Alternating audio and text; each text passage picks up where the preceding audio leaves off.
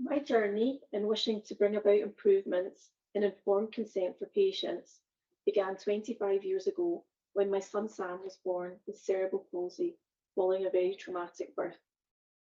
Although it's a very tragic story, it's one that I'm always willing to share if it will help in the understanding and the importance of patient choice and informed consent, or as I prefer to call it, valid patient consent. I would like to emphasise that this wasn't about blaming a particular doctor. This was about me wanting to understand what had happened to me, why it happened to me, and to ensure with every fibre of my being that this never happened to another patient again. There are times in life when you have to stand up for what you believe in, even if you're standing alone. But I wasn't alone. Thankfully, I had the support of my family, who were all medical. My mother was a GP, my father was a hospital doctor, and my sister was then a junior doctor in anaesthetics. Next slide, please. I was diagnosed with type 1 diabetes when I was a young child, and I attended the diabetic clinic for many, many years growing up. When I was much older, I was married, I was 24 years old. I discovered I was pregnant, and I was delighted. And I was delighted to discover that the same diabetes staff that I knew very well and had looked after me for a long time would be looking after me throughout my pregnancy in a joint diabetic obstetric clinic. I was keen for them to continue my care, and I had a lot of confidence in them. As a type 1 diabetic, my pregnancy was considered high risk, and I attended a joint diabetic obstetric clinic fortnightly. I was reviewed there by both the diabetic and obstetric consultant, and ultrasounds were conducted fortnightly to monitor my baby's growth. From 32 weeks onwards, I could see from the centile chart that my baby was large and continuing to gain weight rapidly, despite meticulous diabetic control, reaching the 95th centile, and this worried me. During this period, I raised my concerns repeatedly to my consultant obstetrician, particularly about my ability to deliver this baby vaginally, given the fetal size and my short height of only being 5 foot.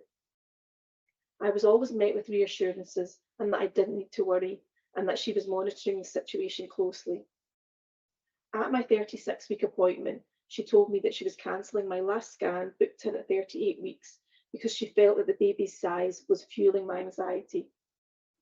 I was told instead I would be brought in for induction at 38 plus 5 weeks, but I felt that my questions had still not been addressed and no other options for delivery were discussed with me.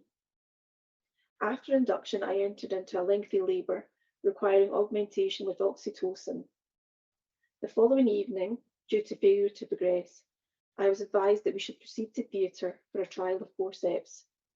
At this point, I was asked to sign a consent form, but I had no real understanding about the procedure being proposed or potential complications that could arise.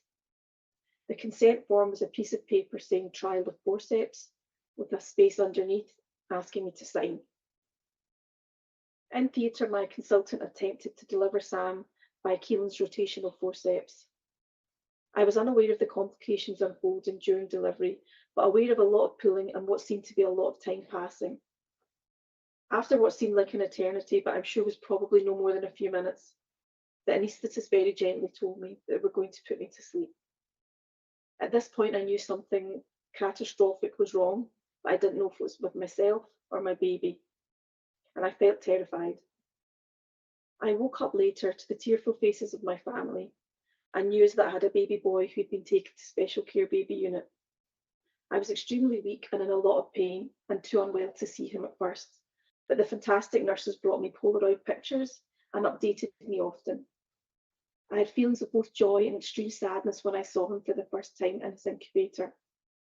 But it was only really in the coming days that I had learned what happened. During Sam's birth, his head was delivered using forceps, but his shoulders became stuck for a period of 12 minutes. I later found out that this serious obstetric complication is called shoulder dystocia. Several last resort measures to deliver him had been unsuccessful, including attempts to break his clavicles in order to fold his shoulders and to deliver him. An attempt was then made to push his head back inside in order then to deliver him by caesarean section. I have no doubt that more damage was sustained to the fetal head at this stage. When that failed, finally 2 attempts were made to split my cartilage, my pelvic cartilage or bone, but a scalpel blade detached on both occasions. My consultant said, although it was not completely successful, it created enough leeway for her, and with one final surge of adrenaline on her part, she pulled hard on his left arm and finally freed him. Next slide, please. He was eventually stillborn, requiring CPR and adrenaline to restore his heartbeat. I was told he was likely deprived of oxygen for most, if not all, of that time. Sam spent a difficult 6 weeks in special care baby unit. He initially had his lungs ventilated, suffered with seizures due to hypoxic encephalopathy, and had trauma to his head and neck with subdural hematomas. He was immediately diagnosed with a left-sided Erb's palsy because during his convulsions he did not move that arm. That was the arm that she pulled on with force. And at 3 months of age, he was diagnosed with cerebral palsy. Needless to say, I was also in a poor way, both physically and mentally. But I thank God every day that we both survived. And trying to put a positive spin on it, I look back now and think maybe it was to tell our story and to change the future of patient safety. So despite a very basic explanation of events by my consultant obstetrician, no answers have been given as to why this had happened and if it could have been predicted or prevented. It was my sister through her training in anaesthetics, which included that doctors have a duty to fully consent patients, discuss options and inform them of significant risks, that supported me towards finding answers about why this hadn't happened in my situation. We researched what the risk of shoulder dystocia in my situation might have been. After looking through GMC and obstetric college guidelines, as well as many other scientific papers on the subject, it became clear that my care with regards to explanation of risks, options for my delivery, and informed consent had been well below standard. Next slide, please. Through our research, we discovered that I had a high risk of shoulder dystocia with the risk factor of type 1 diabetes alone in the region of 9 to 10%. And that risk was further increased by my short stature and my known macrosomic baby.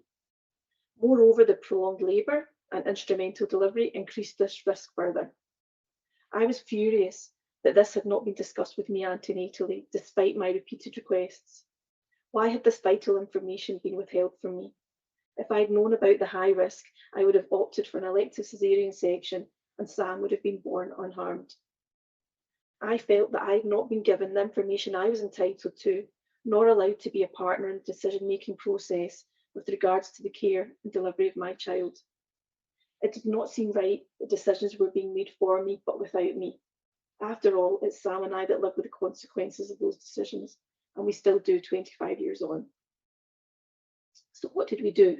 Well, we composed an initial complaint letter to the Trust, which asked, amongst other things, why I hadn't been informed of the risks or options for delivery, including caesarean section. We were met with an uninterested generic reply along the lines of, we have conducted our own internal investigation and we're sorry for the sad outcome. However, we feel that the care you were given was adequate. I never really understood the concept of a hospital trust investigating itself. To me, it's a bit like marking your own exam paper. So this dismissive reply upset me greatly, as it appeared as though no one cared or even recognised that there was a deficiency in my care.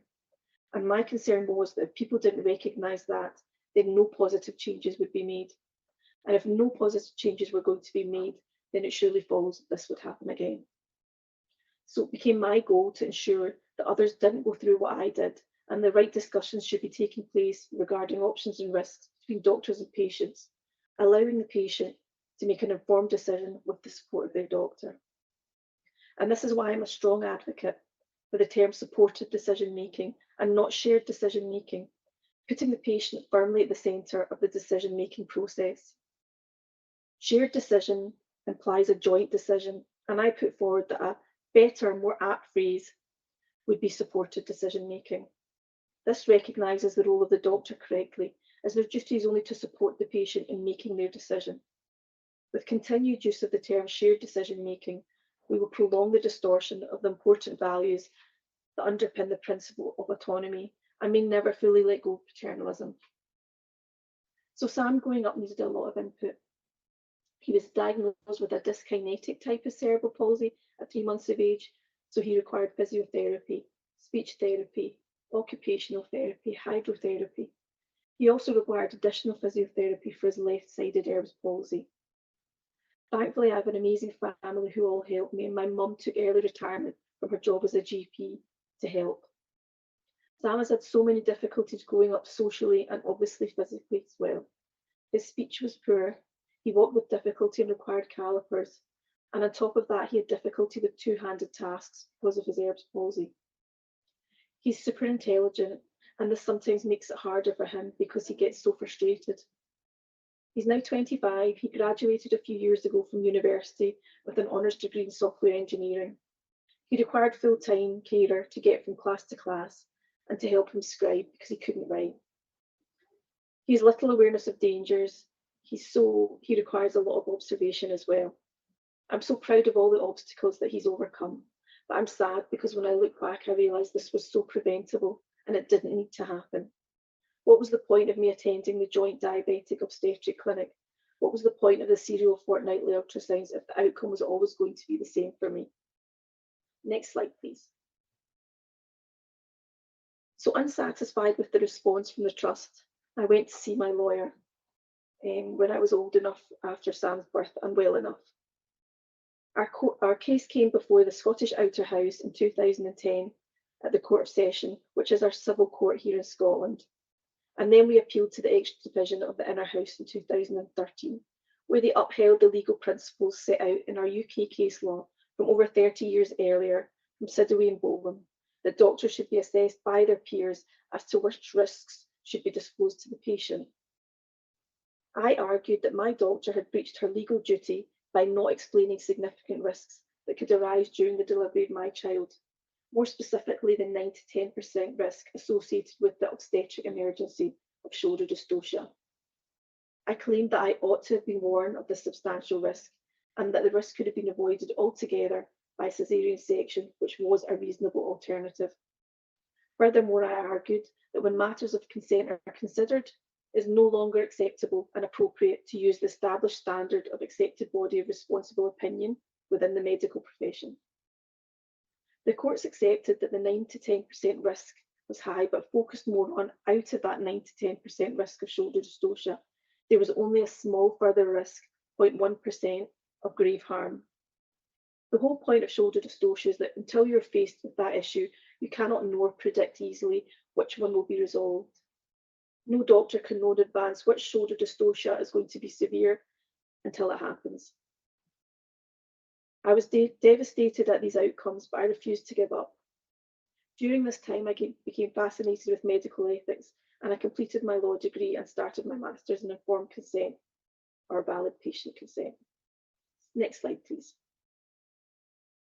In 2014, I took my case to the Supreme Court in London, where they assembled a full bench of 7 judges, which gave us an indication that they were finally taking the matter very seriously, as they only usually do that when they're considering a change in law. You may have seen that from news such as Brexit. The GMC also spoke at the appeal, intervening, highlighting the good medical practice guidelines from the era of Sam's birth and emphasised the need for doctors and patients to be making decisions together.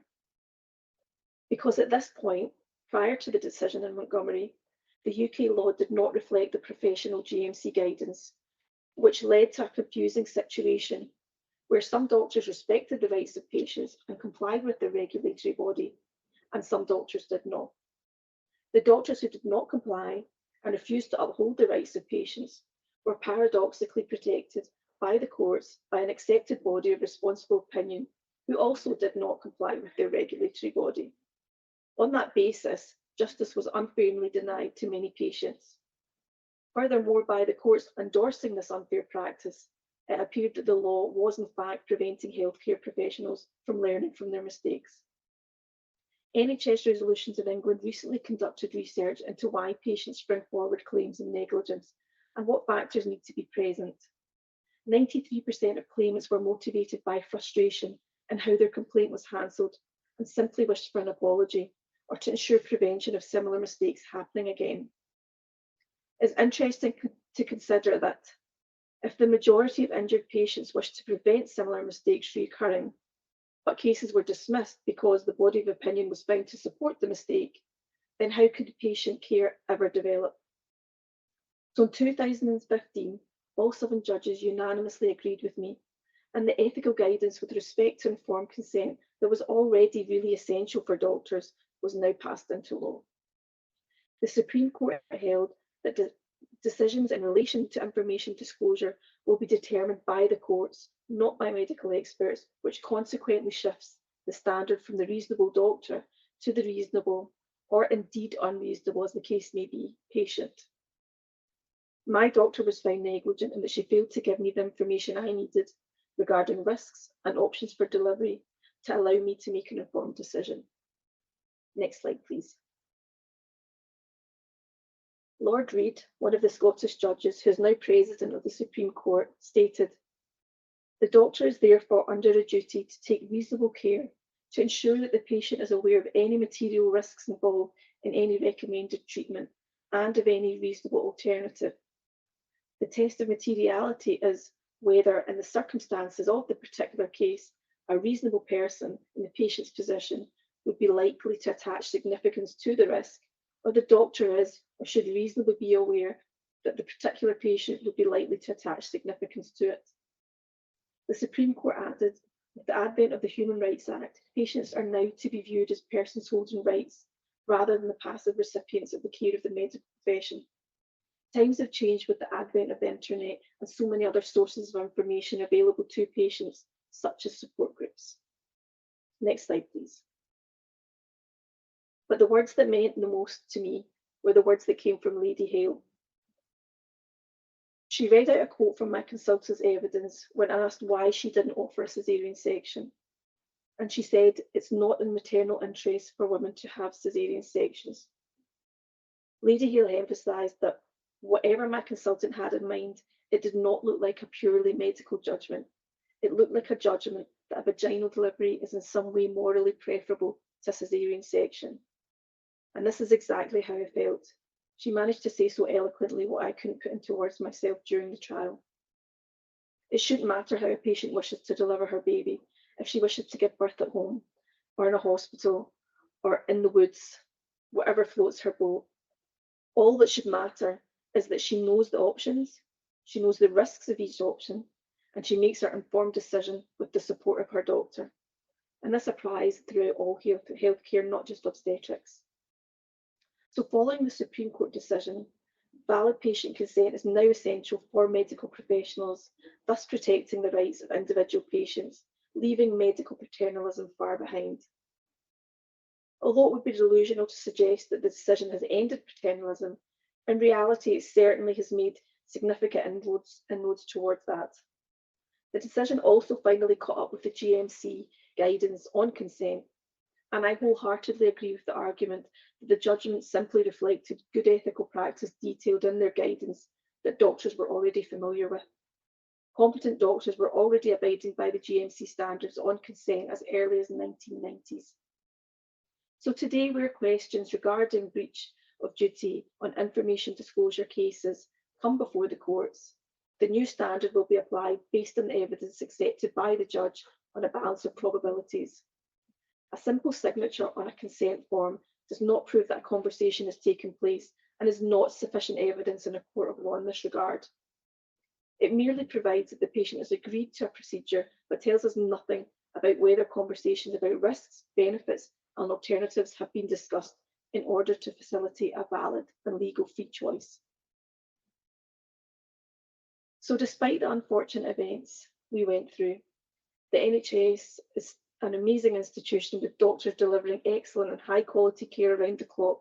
And I know that from my care with diabetes and my son's care, looking after his cerebral palsy growing up.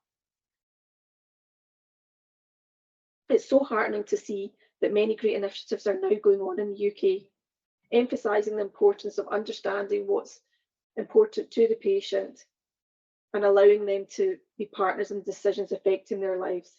From the I Decide Consent Tool initiative to realistic medicine in Scotland.